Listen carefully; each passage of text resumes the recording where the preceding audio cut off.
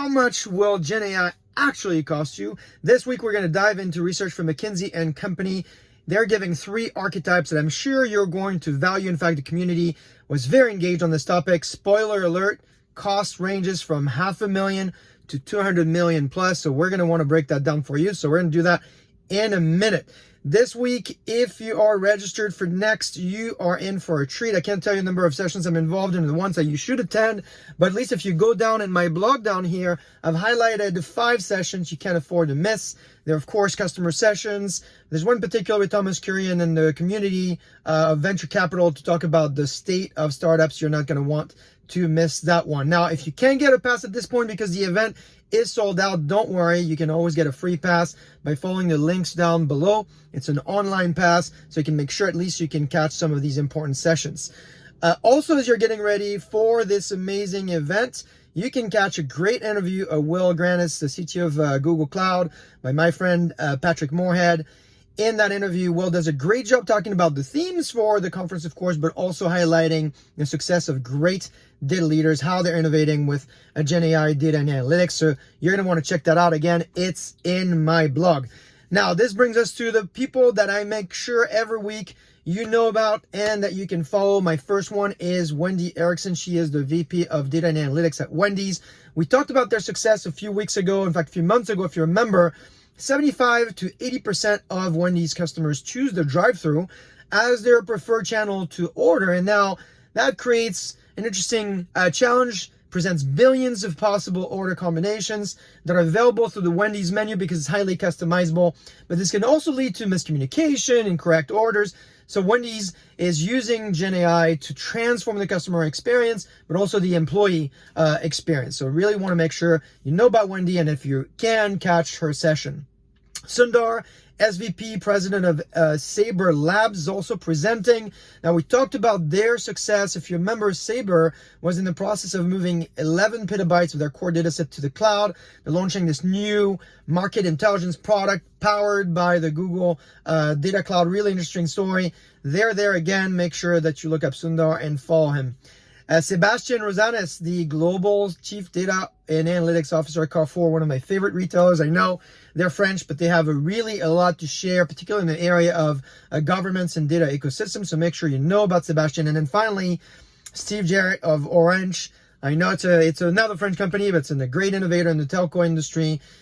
He will be in a session with my friend Irina Farouk to talk about the AI Lakehouse. So you're going to want to bookmark that one, or at least follow all the people I just talked about here. Links down below in my blog to get the specifics of the time and the specific names of the people I just talked about. Now, if you're interested in meeting in person, there are quite a few opportunities for us to do that across sessions, regional customer receptions, starting Monday nights. I can't wait for that. We have a global partner session, and of course, our excellent customer-to-customer community. If you're part of the C2C community, I'll be at some of these sessions as well. I can't wait to meet with you and hear the amazing best practice of the innovators that are joining these events. My friend from the Cube, actually I should say my friends, John Ferrier and his team is going to be there as well. And on Tuesday evening, I will be joining Sanjeev Mohan, who you know I'm sure, to host and be a panelist on this event called What's New in Data. It's live. It's hosted by Stream. We're going to discuss the latest trends, best practices of customers, of course, what's happening in the industry. You're going to want to register for that one here. It's down here. I think it's almost sold out, but it's free. Bring your questions, your business cards, of course, but your cameras, because this particular session is on the 46th floor of the Salesforce Tower. So I can't wait to see you there. Now, you're probably wondering, what are we going to talk about during that panel? Well, you probably guessed it. The headline of today's CarCast: how much does GenAI actually cost you? So McKinsey has 3 archetypes, as I explained earlier. Research pretty deep. Let me break it down for you in a simple manner. The first one is the taker archetype. So this is when you're using publicly available models, maybe through a chat interface, maybe through the API, little to no customization. I think off-the-shelf solutions to maybe generate code or assist designers with image generation and editing. Cost for that, according to McKinsey, $500,000 to $2 million, one-time cost, and then recurring $500,000 recurring cost.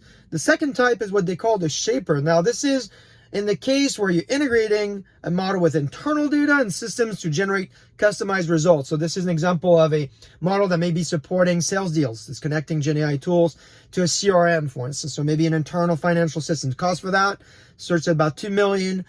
Top is $10 million for a one-time cost, and then $500,000 to $1 million as a recurring annually. And then finally, the maker. This is when essentially building foundation models to address a dedicated and very discrete use case for your enterprise. There, the cost as one time is $5 million to $200 million. So it could be very spendy.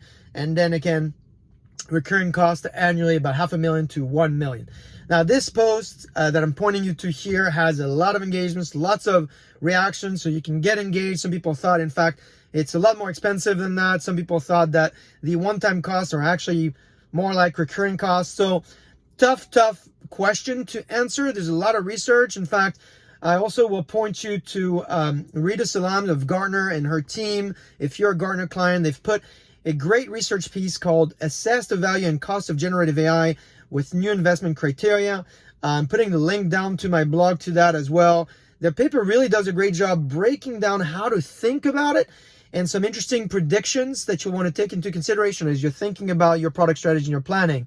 Specifically, Gartner predicts that by 2025, the growth in 90% of customized enterprise deployment of GenAI will slow as costs exceed value, and this will result in pressure on vendors to introduce new innovation and pricing models.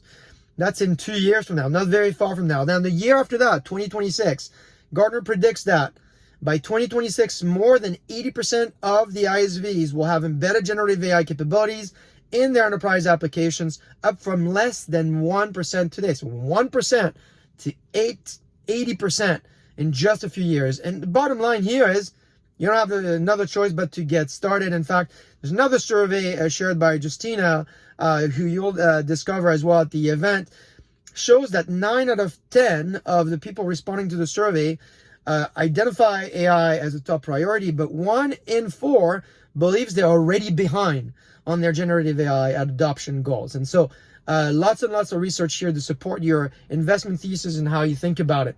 In her research, what's really interesting about what Rita's saying, I think she's indicating, look, use GenAI productivity tools and assistants today, like what is available in the market by large cloud hyperscalers, but by themselves realize they won't deliver sustainable competitive advantage because they must be integrated with business processes. We talked about this a few weeks ago. I gave you a great acronym to think about the best use case for GenAI. And so that's really kind of reinforcing this point. It needs to be integrated in your business process so it can stick with the habits of your employees. To that, frankly, we'll also add the thing we don't talk about because it's not sexy, data, particularly data quality. We know that the best companies, before they unleash the GenAI full potential, they address the fundamental challenge of data quality. Remember, if your data is unreliable, if it's incomplete, it's inconsistent, you will have all types of risks. You'll produce inaccurate information, misleading results, potentially even damage your reputation and violate regulations. So this idea of data governance, putting a data fabric, building for data quality up is extremely important. If you're interested in finding out more about this, Matt Marshall wrote a great recap. Matt Marshall of VentureBeat. When I was at his event, Transform, we did this panel. We talked about going from data chaos to data products, how enterprises can unlock the power of generative AI. There's a lot in that piece. Again, I'm putting the link down in my blog so you can find that. Look, as usual, I hope this update is helpful to you as you're getting ready for your Power Week. I hope it's energizing. If you're in town next week, don't hesitate to ping me on LinkedIn. However, you'd like to ping me on Twitter as well. And if I don't see you in person, I'll see you right here next week.